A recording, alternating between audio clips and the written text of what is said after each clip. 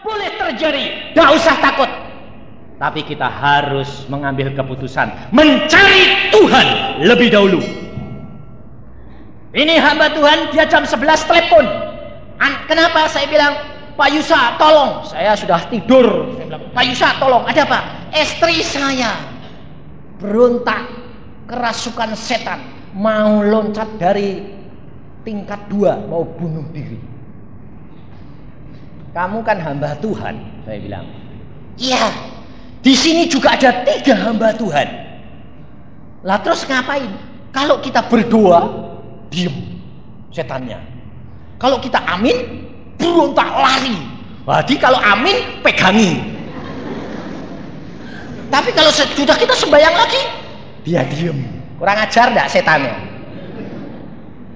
3 hari 3 malam. Bayangin. Lalu dia telepon itu hari keempat sudah loyo. Tidak kuat, matanya berat. 3 hamba Tuhan sudah tidak kuat. Sudah 3 hari 3 malam jaga istri. Terus kalau sembahyang diem. Kalau dilepas lari mau loncat. Bingung enggak? Lalu akhirnya dia tanya saya karena apa? Minta tolong ganti saya yang datang sana menjaga dia. Saya ya bilang, saya sekarang aja sudah ngantuk. Suruh jaga istrimu, sembahyang semalam suntuh. Ya nanti malah saya tidur, dia loncat mati. Lalu dia bilang, Pak Yusa tolong dong Pak Yusa, saya sudah benar-benar putus asa. Lalu saya katakan, loh kenapa kok kamu tidak sadar bahwa kamu ini ditipu setan? Kalau kamu sembahyang, dia diem. Kalau kamu amin, dia ribut. Loh, lah kenyataannya begitu. Loh lah kamu tadi sembahyangnya bagaimana? Saya bilang, saya sembahyangnya dalam nama Tuhan Yesus. Saya usir setan. Lah ya lah terus, lah setannya enggak berontak. Diem. Ya saya pikir sudah keluar. Lah terus, tapi kalau kita sudah amin, buka mata, berontak, lalu mau loncat. Loh lah terus, berarti doamu itu tadi di mulut atau di hati? Atau kamu percaya enggak? Loh, saya ya percaya. Itu bukan orang percaya. Ini loh saudara. Kalau engkau percaya bahwa doamu sudah dijawab, engkau tinggal santai. Benar tak? Kalau engkau datang kepada seorang presiden, lalu minta sesuatu, lalu presiden bilang, ya, kamu masih ngerengek terus. Coba sama ibumu saja kalau kamu minta, Pak, Mah, minta duit buat bayar kuliah. Ya. Habis itu 5 menit datang lagi, Pak, minta duit buat bayar kuliah. Kaplok enggak? Sudah bilang iya, kan besok toh butuhnya bayar sekolah. 5 menit ngomong lagi, minta menit, kaplok kamu. Saudara itu kerap kali sama Tuhan begitu enggak? Sembayang, Tuhan, ini loh Tuhan, saya minta. Tuhan sudah dengar. Tapi 5 menit minta lagi. Tuhan, kasih ya Tuhan. Iya. 5 menit minta lagi. Sampai Tuhan bilang apa? Anakku ini anak raja atau anak pengemis? Karena apa? Turunan jember. Jadi terus paring-paring terus. Tidak boleh saudara. Itu pada waktu itu saya hanya ditelepon, saya katakan begini. Engkau percaya tidak bahwa doamu sudah didengar oleh Allahmu? Percaya. Kalau percaya, bertindak. Bagaimana? Lalu saya katakan, dalam nama Tuhan Yesus, kamu doakan istrimu, pegang kepalanya, katakan, dalam nama Tuhan Yesus, engkau setan, keluar. Habis itu tinggal tidur. Lalu dia bilang begini, hah? Tinggal tidur? Ya. Lah nanti kalau loncat, ya mati. Nah, jawaban saya ya gitu. Kalau loncat, ya mati. Lah loncat dari tingkat 2, tingkat 3 ya mati.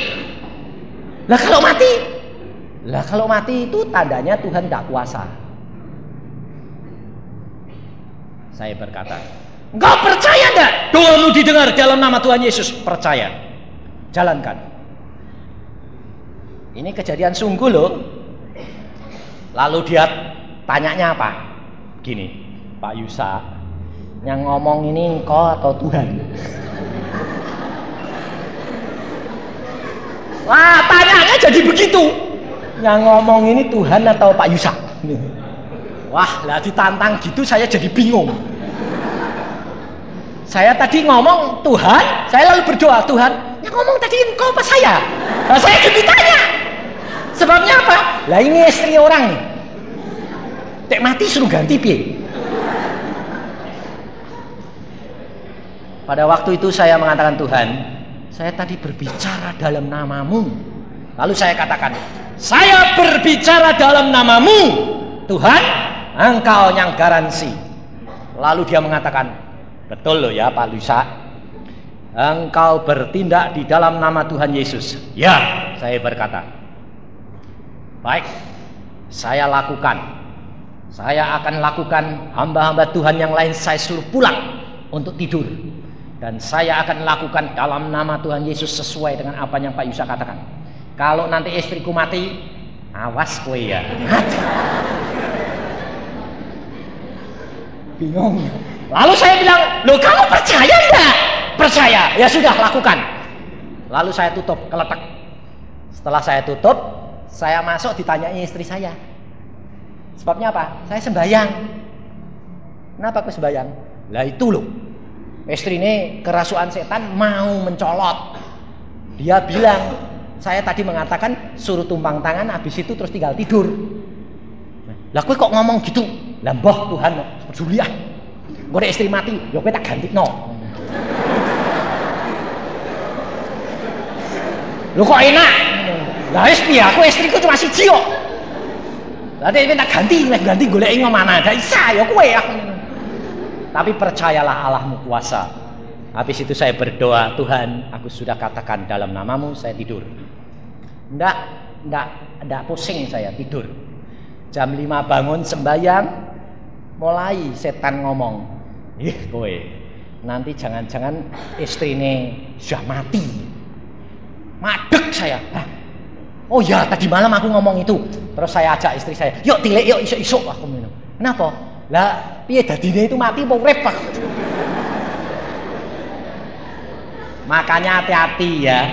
Kalau ada apa-apa itu cari Tuhan, jangan cari hamba Tuhan. Waktu saya datang ke sana, saya enggak bangun-bangun. Bingung saya. Lu kok kosong? Blok enggak dibuka-bukai. Semua enggak ada yang bangun. Saya pikir, istri saya bilang, kok kosong? Ojo-ojo mati digawa rumah sakit. Kowe iki kok enggak, mungkin ketiduran, sudah 3 hari 3 malam enggak tidur. Saya gembrong terus, akhirnya dibuka.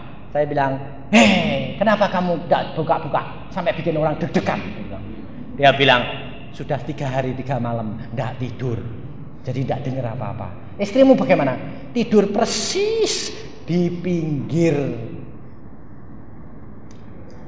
jendela. Jadi pada waktu kamu habis doakan di tempat tidur itu, dia lari. Anda tahu, saya kan nurut Pak Yusa. Pokoknya saya dalam nama Tuhan Yesus, saya percaya dengar doa tuku Tuhan. Setan kamu keluar, istriku selamat. Amin. Terus saya saking ngantuknya geledek saya tidur. Saya tidak mau lihat lagi karena nanti terpengaruh. Istriku mau lari, jadi saya tinggal tidur mungkur. Tidak taunya memang istrinya sudah jalan. Lari ke pinggir jendela mau loncat. Tapi karena tidak ada yang merhatikan, setannya ngerti.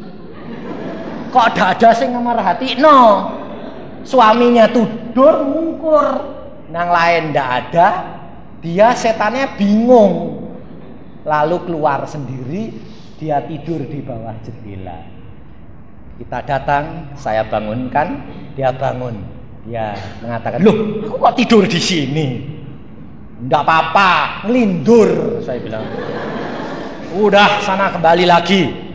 Istirahat, saya bilang. Sembuh total. Ini loh saudara. Jadi kita harus mencari Tuhan, jangan cari hamba Tuhan. Jangan cari manusia, nanti engkau kecewa. Carilah Tuhan. Dan ini saya alami berkali-kali. Orang banyak datang selalu minta apa? Pak Yusa tolong, datang saya sakit, tumpangin tangan. Lalu saya katakan apa? Saudara itu tahu, aku ini seorang hamba Tuhan, tidak punya apa-apa. Saya tidak punya apa-apa, hanya punya Tuhan Yesus. Kalau engkau mau cari Dia, engkau dapat segala-galanya. Tapi kan engkau itu hamba Tuhan, yang dipakai ambil risiko. Baru terakhir saya di Jakarta diundang seorang istri kolonel. Dia sakit 8 tahun. Saya diundang, saya mengatakan, Tuhan, apa engkau utus aku? Ya, kamu datang. Saya tanya, bagaimana kabarnya? Masih bicara sama saya. Bagaimana kabarnya? Baik, baik Pak Yusa. Tolong doakan saya. Aduh, saya bilang, kalau nanti saya berdoa dan Tuhan berbicara, engkau mau terima? Ya, apapun juga. Iya. Saya berdoa, Tuhan, apa yang engkau kehendaki? Katakan, aku sudah di depan pintu untuk mengambil dia, menyambut dia pulang. Bayangin. Coba saudara, saya apa enggak deg-degan? Tuhan, dia kepingin sembuh. Tuhan mengatakan, waktunya sudah tiba, aku mau jemput dia. Bayangin. Saya mengatakan, sekarang Tuhan. Iya. Amin. Saya kan ya diem saja loh. Lihat. Tanya, bagaimana Pak Yusa? Bagaimana coba? Saya bilang, mau apa? Anda mau sembuh atau mau pulang?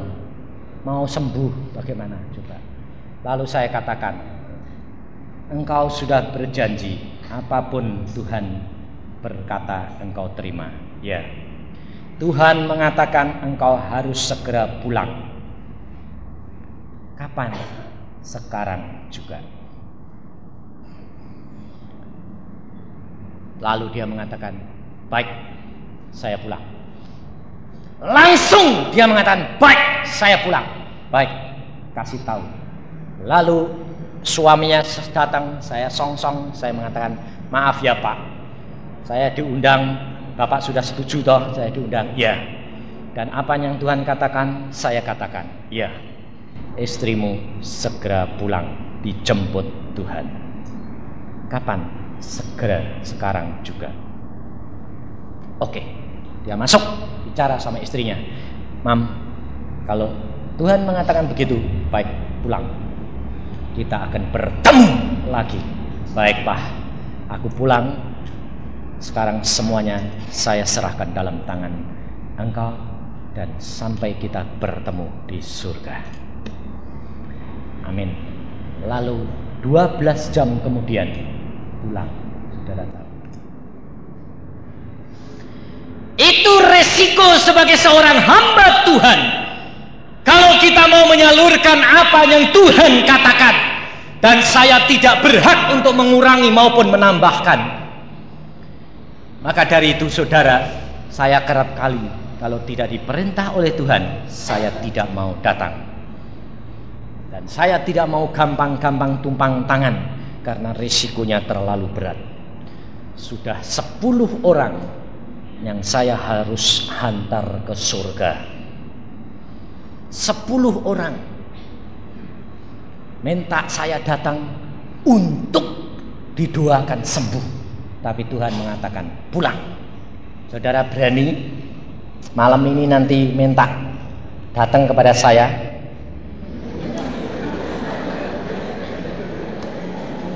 Lalu kalau Tuhan mengatakan pulang, ayo bingung enggak? Makanya itu jangan main-main ya. Benar, ini saya pernah lakukan. Dan di Advent, rumah sakit Advent, orang laki-laki umurnya barusan 52 tahun. Anak istrinya di situ semua anak Tuhan. Suami ini belum anak Tuhan. Saya diundang, saya mengatakan, Tuhan, saya tidak ada waktu. Tuhan mengatakan, pergi sebentar saja. Lalu saya datang sama istri saya tidak kenal. Saya berdoa, Tuhan, apa yang saya harus lakukan, apa yang saya harus katakan. Lalu mulut saya ini ngocros sendiri. Cepat bertobat, waktumu cuma singkat, hanya tinggal 7 hari. Bayangin, istri saya nyikut saya, plak. Kowe ngomong apa? Ya, apa tadi? 7 hari. Waduh. Lalu saya katakan, kau segera bertobat. Waktumu cuma tinggal 7 hari. Kalau engkau tidak bertobat, neraka bagianmu. Kalau engkau bertobat, surga bagianmu. Cepat minta ampun kepada istrimu, cepat minta ampun kepada anak-anakmu dan pada famili-familimu. Waktumu tinggal 7 hari. Waktu saya tanya, mau bertobat? Ya, saya mau. Terima sekarang. Amin. Lalu dia dibaptiskan oleh pastor karena semua Katolik. Saya bilang, baptiskan, tidak apa-apa. Mana saja angsal dimeteraikan. Setelah dimeteraikan, lalu hari kedua seger. Anak-anaknya bilang, loh, papa seger loh. Pendeta itu kurang ajar. Hari kedua sudah jalan, seger. Wah, tapi minta selalu dibacakan firman Tuhan. Memuji nama Tuhan, bacakan firman Tuhan. Hari ketiga, hari keempat, hari kelima, hari keenam lebih seger. Lalu sukacita memuji-muji Tuhan. Hari ketujuh pulang. Hari ketujuh sudah ya, saya mau pulang. Les pulang. Saudara tahu, itu resikonya. Kalau mau tanya Tuhan, harus ambil resiko. Sebab kita akan belajar firman Tuhan, bahwa apa yang Tuhan katakan mesti jadi. Ini loh saudara.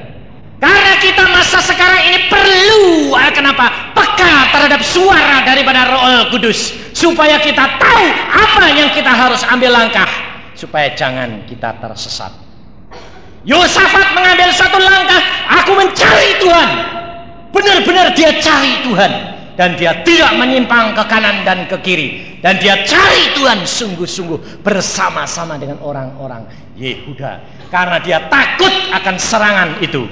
Dan firman Tuhan selanjutnya berkata ayat 12, ya Allah kami, tidakkah engkau akan menghukum mereka, karena kami tidak mempunyai kekuatan untuk menghadapi laskar yang besar ini yang datang menyerang kami. Kami tidak tahu apa yang harus kami lakukan, tetapi mata kami tertuju kepadamu.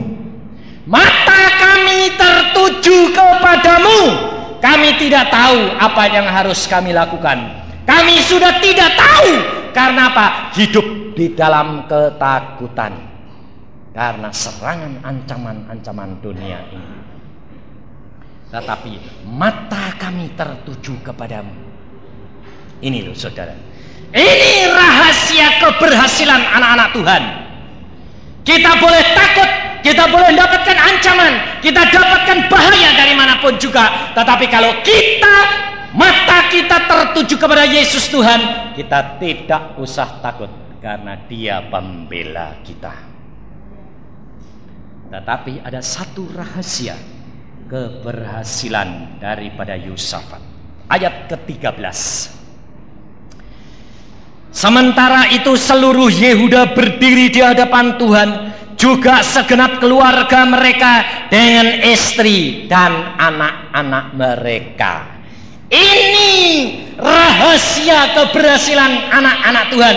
Anak, istri, dan suami semuanya berdiri di hadapan Tuhan. Kalau saudara, suami, istri, dan anak-anakmu berdiri di hadapan Tuhan, bahaya apapun boleh melanda engkau, tidak usah takut. Jaminan Tuhan akan ada. Ini saya alami. Tidak usah takut. Asal kita seluruh keluarga menghadap kepada Tuhan, mata kita tertuju kepada Dia, tidak usah takut. Karena apa? Kita menantikan akan apa? Sabda daripada Dia. Roh Kudus akan berfirman melalui siapa saja. Yosafat dengan orang Yehuda, anak istrinya menghadap kepada Tuhan. Dan pada waktu dia menghadap, dia menantikan pertolongan daripada Tuhan.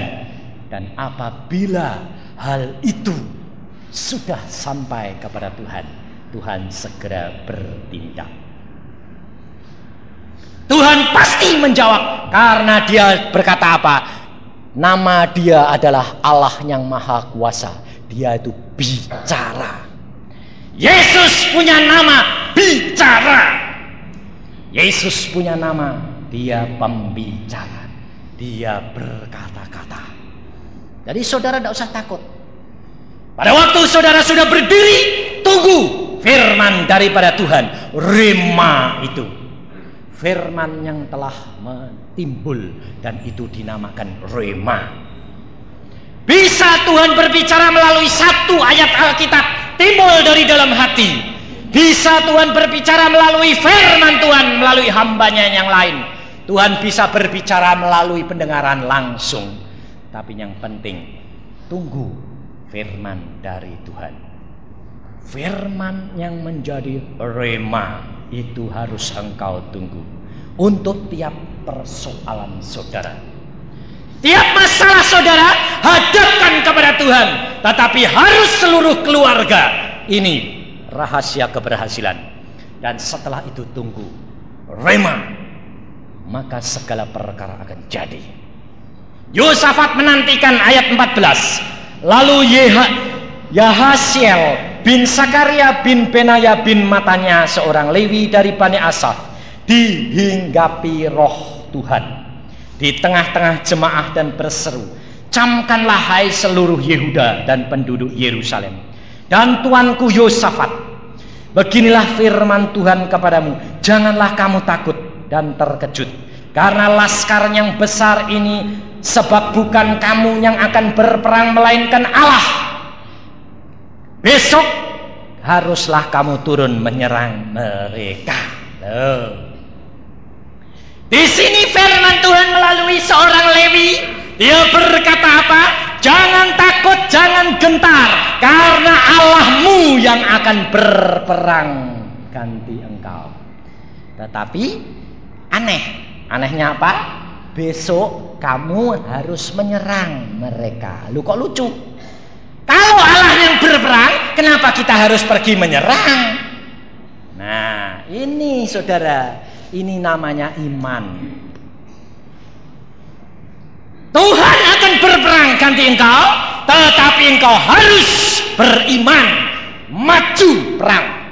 Kau pasti menang, karena Allah yang berperang. Kalau engkau sudah mengatakan aku takut, lalu kamu berdoa, katakan kepada Tuhan, kami takut Tuhan, lalu kamu sudah serahkan dalam tangan Tuhan. Kalau Tuhan sudah berfirman, Tuhan mengatakan jangan takut, pasti terjadi. Karena kerap kali hal ini saya alami. Saya hari Sabtu yang lalu baru dapat serangan lagi. Serangan itu apa? Jantung saya ini bocor. Saya sedang duduk mau menyampaikan firman Tuhan di depan mahasiswa, tahu-tahu jantung saya ini Loh. Saya bilang, jantungku ini ada apa? Kok bocor? Lalu lemes semuanya.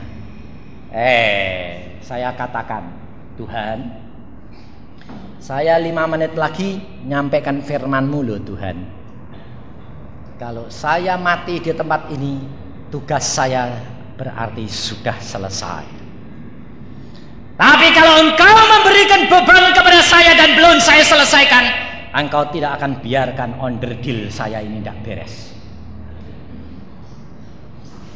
Saya langsung katakan begitu.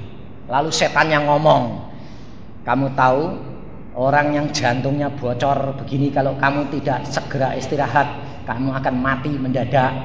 Saya katakan, kalau mati mendadak berarti tugasku sudah selesai. Allahku punya rencana yang terbaik.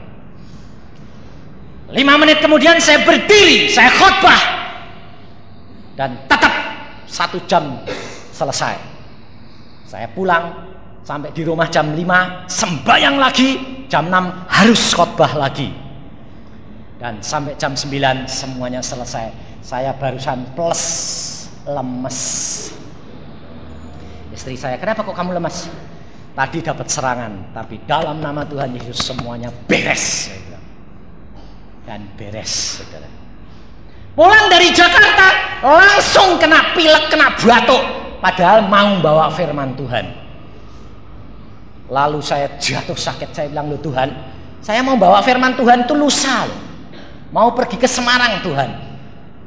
Dan selama 2 minggu, kenapa ini serangan pilek batuk kayak begini Tuhan? Lalu Tuhan mengatakan, lah apa yang kamu lakukan? Segala perkara yang terjadi dalam diriku engkau sudah tahu. Aku mengucap syukur bahwa ini baik buat aku.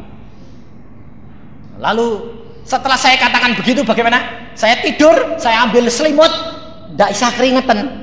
Wah, meler terus sampai tisunya sak baskom. Istri saya bilang, lu kamu kok tumben saya sakit mendadak? Tidak tahu nih, tapi puji Tuhan. Saya bilang, peduli amat. Saya bilang, Tuhan tahu lusa saya berangkat. Kalau hari ini diserang, itu hanya satu permainan setan, tidak masalah. Saya bilang, puji Tuhan. Tidur saya, peduli amat. Lalu pagi-pagi saya bilang, Tuhan, bagaimana ini? Tuhan berbicara, hari ini sembuh, besok kamu berangkat ke Semarang. Saya bilang, amin. Pagi-pagi istri saya tanya, bagaimana? Tuhan sudah berfirman, sembuh hari ini, amin. Lalu istri bilang, biasanya pilek itu mingguan loh. Iya biasanya, tapi hamba Tuhan tidak biasa, sebab dia sudah berfirman, hari ini sembuh.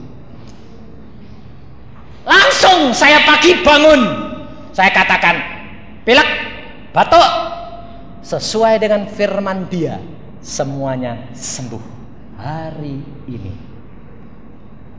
Lalu ada suara, hari ini kan masih sehari. Enggak, saya bilang, hari ini pagi mulai. Saya tambahi sendiri. Untung saya bilang enggak. Kalau bilang iya, wah sakitnya sehari lagi. Enggak mau saya. Enggak, hari ini berarti pagi ini. Lalu apa terjadi? Sembuh total. Istri saya bilang, ini kok aneh, orang batuk pilek kayak begitu nonstop 1 hari selesai. Ya, maka kamu harus tahu, Allahku Allah kuasa. Kalau dia sudah berfirman, firman sudah menjadi rema, aminkan, mesti jadi. Kalau ada bisian-bisian mau datang, katakan, itu semu, setan. Itu barusan saya mau berangkat ke sini, habis rapat, habis persekutuan rapat jam 11 malam, sudah copot-copot sama istri saya, sudah tidur. Istri bilang, aduh sudah enak ya saya tidur ya. Sudah Pak Plus baru ngomong enak ya, bel kring. Piye primora? Coba jar kesik. Terus kring kring kring. Ya sudah terima. Halo, tolong Pak Yusa, kenapa pembantu saya kerasukan setan? Kamu tengking sendiri dong.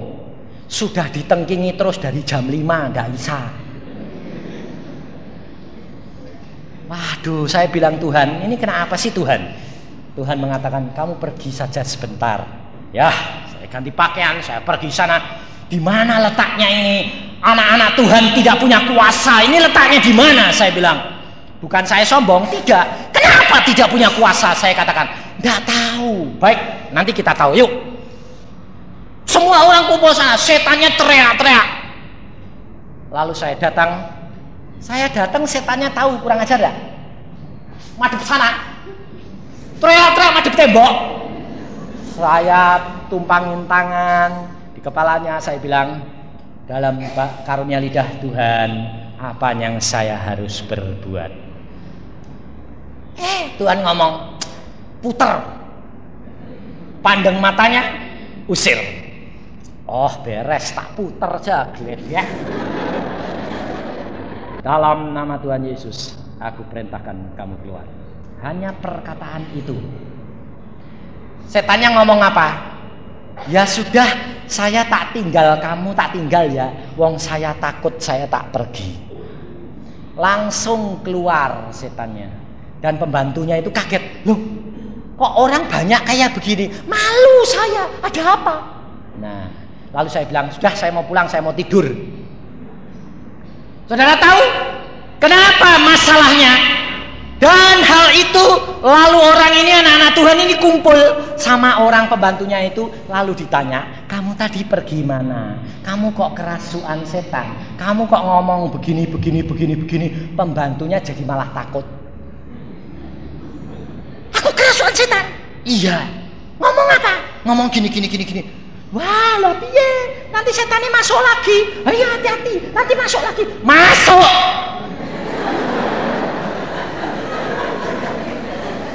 Jam 4 pagi setannya masuk lagi. Nah, saya dicari lagi. Saya datang, loh, wong sudah pergi kok masuk? Saya bilang, oh, saya tanya Tuhan kenapa? Lah anak-anakku itu toh, wong setan sudah pergi, pembantunya malah ditakut-takuti nanti masuk lagi. Lah kan pada wae diundang meneh, masuk kelentung lah, piung neh. Saya berkata, engkau anak-anak Tuhan jangan mau ditipu setan. Setan itu mengacau dari luar supaya Anda terpengaruh dan akhirnya engkau berkata dan hal itu jadi. Harus hati-hati. Kalau engkau sudah dengar firman Tuhan yang Tuhan mengatakan sudah keluar, imani sudah keluar, dan engkau tinggal mengucap syukur, maka segala perkara akan terjadi. Jangan ditipu. Kalau lihat itu kelihatannya masih, katakan itu hanya semu, itu hanya tipuan setan, dan hal itu tidak akan terjadi karena firman Tuhan mesti terjadi. Yosafat pada waktu dia dengar daripada seorang Lewi itu bahwa Tuhan yang berperang, tetapi kamu harus pergi menyerang. Yosafat percaya dan dia lakukan hal itu. Dia berkata kepada orang-orang Yehuda ayat 20, keesokan harinya pagi-pagi mereka maju menuju padang gurun Tekoa. Ketika mereka hendak berangkat, berdirilah Yosua dan Yosafat dan berkata, dengar hai Yehuda dan penduduk Yerusalem, percayalah kepada Tuhan Allahmu dan kamu akan tetap teguh. Percayalah kepada nabi-nabinya dan kamu akan berhasil. Ini loh saudara, engkau tinggal percaya akan firman Tuhan yang menjadi rema, dan engkau akan menjadi berhasil. Dan kau percaya kepada Allahmu, kau akan berdiri teguh, tidak akan digoyahkan. Penyakit boleh, segala perkara boleh menyerang, tetapi engkau tidak akan tergoyahkan kalau engkau harapmu kepada Tuhan Yesus Kristus. Dan engkau harus percaya adanya rema yang datang. Maka pada saat itu Yosafat yang memimpin tentaranya maju perang. Dan apa yang saudara perhatikan? Lalu ayat yang ke-22, ketika mereka mulai bersorak-sorai, perhatikan, menyanyikan nyanyian pujian, dibuat Tuhanlah penghadangan terhadap Bani Amon dan Moab dan orang-orang dari pegunungan Seir yang hendak menyerang Yehuda, sehingga mereka terpukul kalah.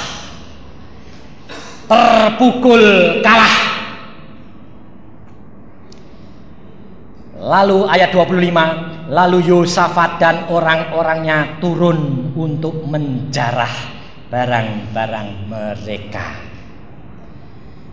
Kalau saudara sudah mendapatkan rema, Firman Tuhan yang menjadi suatu rema buat Anda, itu pegang.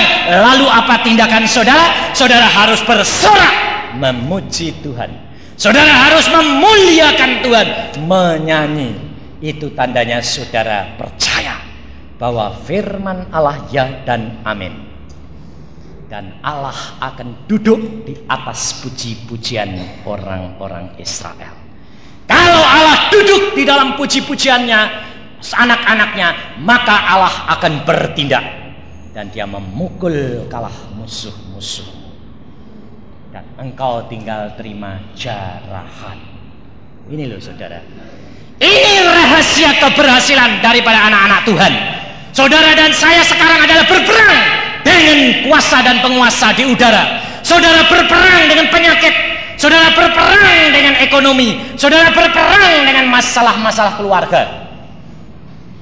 Berperang dengan anak-anak dunia ini. Tetapi percayalah bahwa engkau Allah besertamu. Tinggal engkau menyerahkan masalahmu kepada Tuhan. Serahkan masalahmu, tunggu Tuhan berfirman, maka engkau jalankan. Lalu ucapkan syukur. Jangan pikirkan lagi ketakutan. Jangan pikirkan masalahmu. Jangan pikirkan penyakitmu. Tapi pandanglah pandanganmu kepada Tuhan Yesus. Dia akan menyelesaikan. Dan kau akan terima jarahan untuk kesenangan dan kemuliaan nama Tuhan. Amin. Mari kita berdoa.